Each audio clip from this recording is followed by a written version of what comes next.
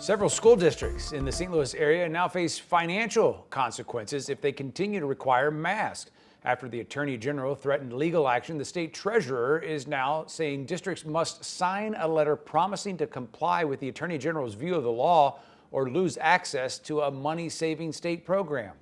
This latest letter to schools about masks comes from State Treasurer Republican Scott Fitzpatrick. He wants superintendents to promise, signed under the penalty of perjury, that they will comply with the Attorney General's directive to drop all mask mandates. If you were going to loan somebody money or co-sign a loan for somebody, you probably wouldn't do it if you were also getting ready to sue them. Fitzpatrick says before he will allow schools to use the state's credit rating to refinance bonds, he needs to know that they won't face the liability of being sued by Attorney General Eric Schmitt for continuing to require masks, which puts some St. Louis area schools in a bind, says Paul Ziegler with the nonprofit Education Plus. He says large schools have faced lawsuits before, and that's never kept them out of this state program. By approaching this situation this way, ultimately it's our taxpayers that end up paying more money. Sometimes this is millions of dollars that districts can save by going out and taking advantage of the lower interest rates. That would be an unfortunate outcome of this.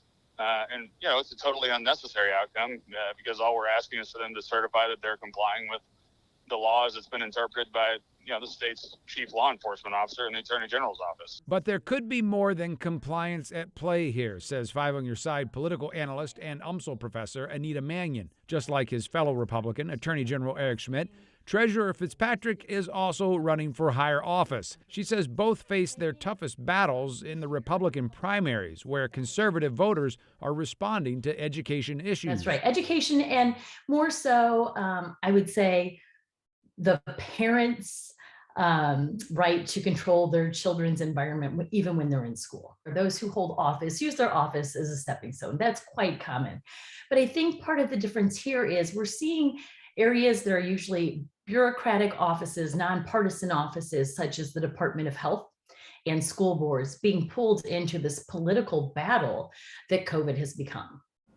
But the treasurer told me he hasn't tweeted about this. He hasn't put out any press releases. He is just answering questions from the press. For him, he says this is not about politics, but the right thing to do as the state's chief financial officer. It remains to be seen if some superintendents will refuse to sign his letter.